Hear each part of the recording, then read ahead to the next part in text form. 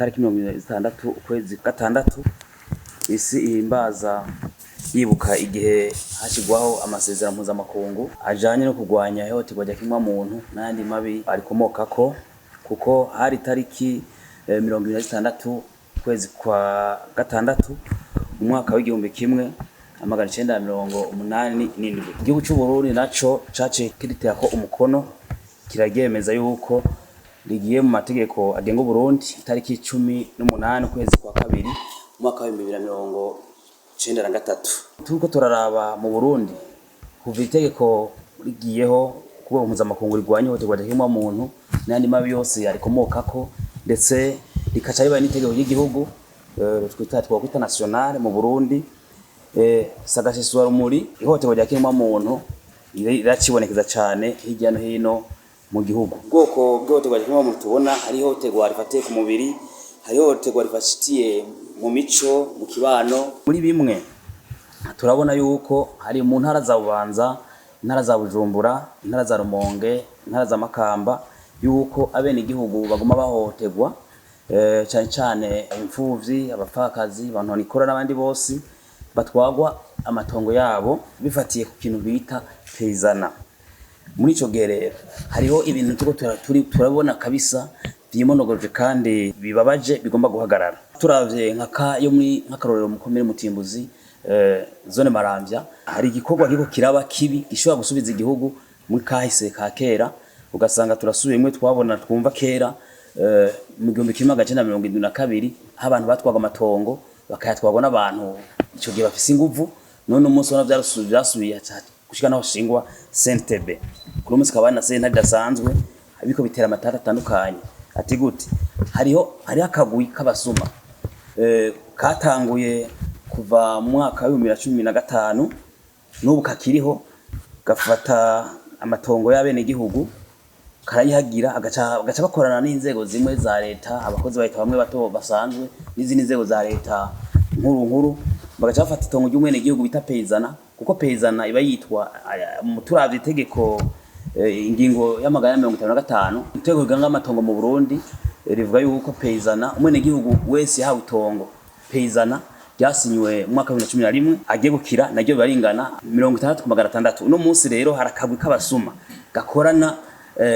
n'abantu bo mu nzego za leta zitandukanye, baca bafata bagakera umwene gihugu imetero 120 ku 60 cyo bita savene,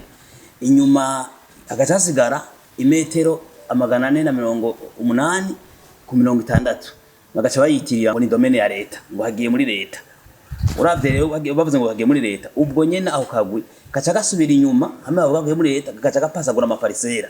hamwe bakagurisha, ahandi bakareba imiryango yabo bakabahereza, bakavuga yuko ngo hagiye muri leta, ndetse n'impapuro zimwe z'ubushikiranganje butandukanye bakazigirira bakavuga ko bahawe n'ubushikiranganje, mugabo abo matibisho uyaravye ugasanga bakorera mu buyenzi. Muri ico gihe rero turabona nko mu Kabezi, iyo kano mu Kabezi birahari, hanyuma hadutse undi mu windi pra, hanyuma y'ibarabara batengwa na ha leta bakora beneho. Aha rero uwo mugwi baba bafise abo muri leta n'umugwi bakorana bagaca bayashira mu minwe yabo ko babesha muri leta. Aho twige muri Arishoto tuvyita ihohoterwa rya kiremwamuntu. Iyo ni torture psychologique et sociale. Umuntu afite itongo bahitine na ha leta baciye bahatwara, acabona undi mugwi uri kuravyabiriza. Naho twe turibaza Arishoto dusaba leta ibintu kubihagarara. None burya leta ashaka kwa kumwene igihugu yego amatongo zina leta, none umwene igihugu ashobora kwa kitongo giwe bagacasha wundi mwene igihugu canke hagacaza ubwo wabene igihugu ucutagagurisha amatongo y'abene igihugu nyene. Icurumva ko kitabaho, ivyo n'akamaramaza bigomba guhagarara. Akamaramaza rero gushika naho akagwi nyene bakora n'abategetsi muri izi ntaza Makamba, Rumonge, twavuze Bujumbura na za Bubanza, abo matongo bo nyene ndagisubamo aca bavyabiriza gushika n'ingingo za sentare. Abantu bagiye muri sentare bakaburana, ingingo zikaba ntabanduka, kuko ibwiza shingiro ry'u Burundi ku ngingo ya 36 iravuga yuko reza kugira umwene gihugu akugwe mu itongo hategerezwa kuba hari umugambi w'igihugu mbo hakorerwa. Naho nyene leta gace yicarana n'uwo muntu bakiga umuzibukiro bagomba kumuha uhuye naho hana. Ikindi naco kabiri kugira umuntu ashigira itongo ni mu gihe hari ingingo ya sentare yafashe bene banduka. Aho hantu hari amatongo no munsi amatongo hari ingingo za sentare zafashwe zirahana banduka hariho imanza zasizo mu ngiro uno munsi rero akakagwi kaca kipasa gwakiya none jo hamwe twe dusabanye nuko nyinshi mu gihugu ikintu c'abantu bita usaventi saveni bakura ku itongo ry'umuntu payzana mu gihe tugifise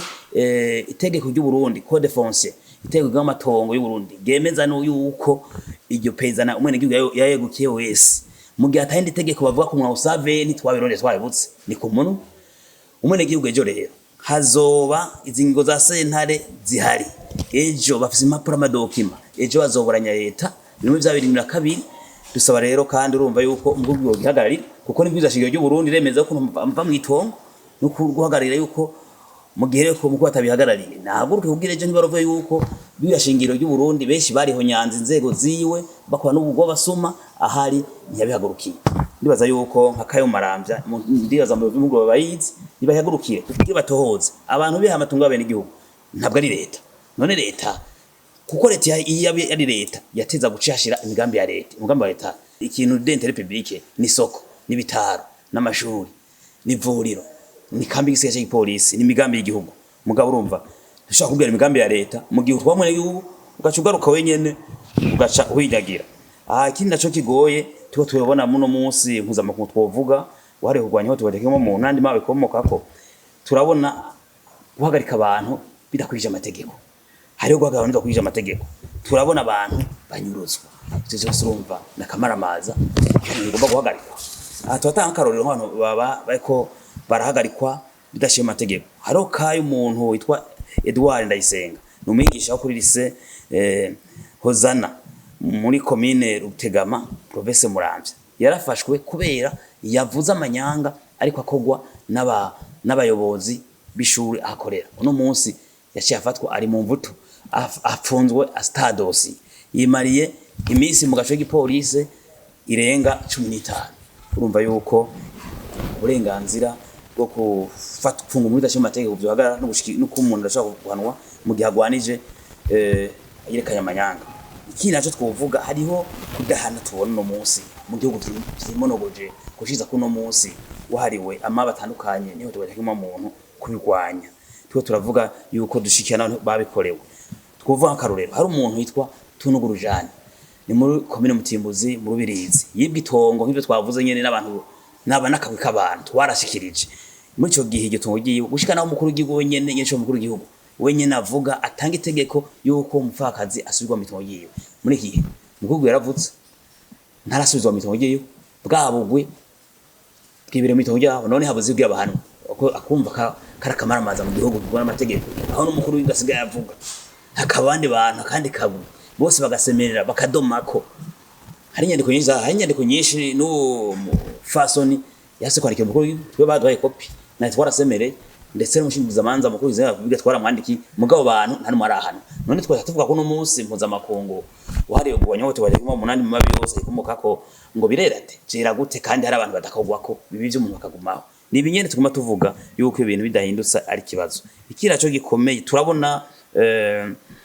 nk'igihanga hari umugabo witwa Nawumu twashima ubutungane yuko kameme hoho turashima uko ababu bagiye yagiye afata imirima y'abene igihugu aramomora arahohotera bene igihugu n'imipanga afise umugwi w'imipanga mbwa turashima ubutungane yuko no munsi ababikoze abakozi biyo bose bahanywe bagafungwa aturashimira cyane ngo ubutungane kuntu bakoze twarashimira cyane ngira ngo novuga na commissaire general wa police judiciaire na procureur general wa Kudapel yagize muhara kugira ngo abantu ibintu bihagarara tukabasha dusaba yuko nabandi ba procureur boboneraho tugasaba nk'ibiko birabera muri Bujumbura mu Kabezi n'imanza zabaye nabandu ukazashwa mu ngiro twasaba procureur wa Bujumbura ko yogira inguvu procureur wa Kudapel general wa Bujumbura akagira inguvu bakubahiriza abene igihugu babaratsinze ko tuko turabona kuno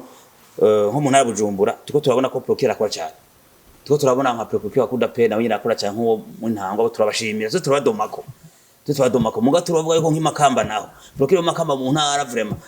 hari amakameshi hari umuntu afunze kubera ariko avuga yuko urubanza rwabaye nabanduka urubanza rwaciye muri kuru idasenta isanzwe yezu bashingiro sene dasanzwe ije kubahiza amatongo gutanduka amatati y'amatongo n'abandi matongo mu kintu muri komine Kibago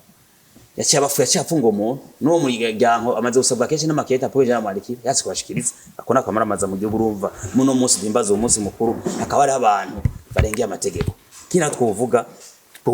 kuno munsi gasanzwe kigomba guhinduka tuko tura mu busho butandukanye dutanze akaroro ko agaco twitwa Mpimba Prison Santare Mpimba no munsi turavye abantu bari bagenewe kuja muri ako gasho nakamara amazi abantu bapfunzwe benshi usanga bafungiye amadosiye ubusa abafite amadosiye ubuntu bw'amadeni ugasanga ikibazo abantu hari hagenewe gufungirwa abantu 800 ngo no munsi hafungiye abantu barenga 13 umva bimaze kwigwiza ko incuro 16 kwijana bateza gufungirwa abantu urumva yuko ibya gotakira umuntu birahari cyane kandi biko turavyibonekeza kuri ico rero Arishoto isaba yishimikije ingingo ya 36 ibyo shingiro ry'u Burundi kuko iravuga neza ukuntu umuntu ateza kwa kitongo bivanye n'umugambi wa leta hama n'umuntu n'ingingo ya sena ikubahirizwa tukatwishimiza kandi n'ingingo amagana 55 gitabo kigenga amatongo mu Burundi yuko ibintu byo ko ibya saveni biko biribonekeza mu gihugu dusaba umukuru w'igihugu leta yose ikoranireko ibintu bya saveni bihagarare kuko n'amanyanga umukuru w'inyumba atayibona ababikoze bose mu ministeri nyimba ari ministeri za rusasuma zabe konjwente ziragira rusasuma ajya n'amanyanga kuko usanga aho bashize harabi wabo nyimba agomba kumenya ukuri ntushaka kwa kitongo mene igihusha wundi bacabaza no wabo kamushira kamitira no muntu yavuye aho cyo leta bikwikira neza kuko batabigize uko bene amatongo bazoburana no munsi ntibavuga kubera abantu bakomeye nabwo bukomeye mugabo bazogaruka babura nuko ministeri sasabtande 72 byabaye bakahora mugabo umva bihindutse waswe babarega ntaho horakomeye niho hokomera umva inzego zigoma zihindagurika behari batazovyemera ndetse noneho ndazi n'umukuru w'igihugu bise umunsi ntavyemeye ko abigwanya cyane kina twose aba leta ko isaba yuko igerageza gushiraho imigambi myiza kugira mu ubusho bugabanukemo abantu bari gufunga abantu usanga kandi boteza gutembiza imbere igihugu ikiri tuvuga yuko no munsi tushitseho nk'ibintu byo kumenya liberté d'expression uburenganzira bwo gushikiza inkuru uno munsi canke uburenganzira bwo kwitwa nko ku mashami yigenga droit civil droit d'expression bitameze neza hanini ibintu ko byameriyora mu gihe tuko bishitse umunsi tuko tuja mu kiringo cy'amatora kugira ngo bigende neza abo kwizigira kiri naco Arishoto ivuga irashima cyane irashima ukuntu leta ikwiyagerageza gushiraho kirima nziza agateka kazina mu kubahirizwe kandi igateye intege Arishoto ngeye iteye intege mu ngenisho mu gihugu ukuntu ariko aragwana cyane kurwanya kudahana ariko arashira imbere kuba bakoze ibyaha bahanwa uko atawurengeye amategeko kandi ariko aragwanya n'abantu bahotera kiremwa muntu Arishoto agomba iciyongera imenyesha yuko ntidushura kuja mu mugambi twokwitwa vision y'u Burundi vision pays émergent 2040 na pays développé 2060 mu gihe hagati y'akazira muntu katubahirizwa ibikunda ni kuko hagati y'akazira muntu ni priorité mu gihe atabutungane buhari bufise ingufu mu gihe abanyabutungane batiyemera hari abantu babakanga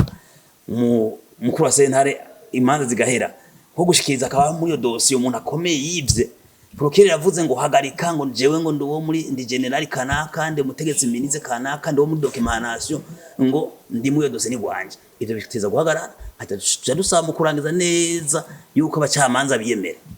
abacamanza nibiyemere kuko abacamanza bose barakomeye ujya general yambaye ipete yazawe n'amategeko kandi ubucamanza arabucira ubanza n'uburi general ufise amakosa bavyumve nkaho yize amatati vyo urumva ategeza ntaza na general Prokeri niyemere ubanza kwa bintu abandi washira amategeko mu amategeko yashire mu ngiro kugira mufashe mukweza ateka kazina muntu rushye gutera imbere mu Burundi atari uko naho tuwa turi ko turaja kandi igihugu izotera imbere kwera ubutungane gushira ordre no umuntu horabomeye yuko mu gihe amaze kunyingo ya sentare inkoro ze musi ingwa sentare nija hejeje tumu hari ordre mu gihugu kubera ingo za sentare